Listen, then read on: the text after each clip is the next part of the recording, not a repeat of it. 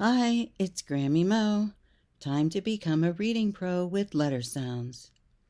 This letter sound rule says that G makes two sounds. Now, many words have G in them, so it's important to know this rule.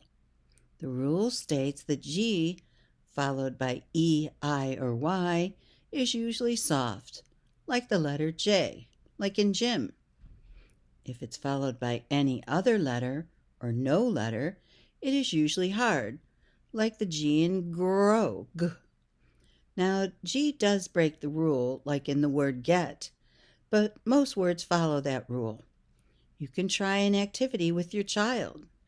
Take 2 index cards or paper and write the letter G and next to it J. And on another one, write G with another G, like this.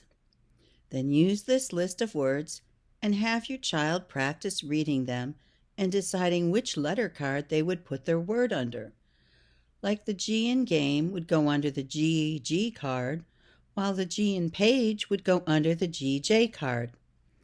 You can use the rule card to help them.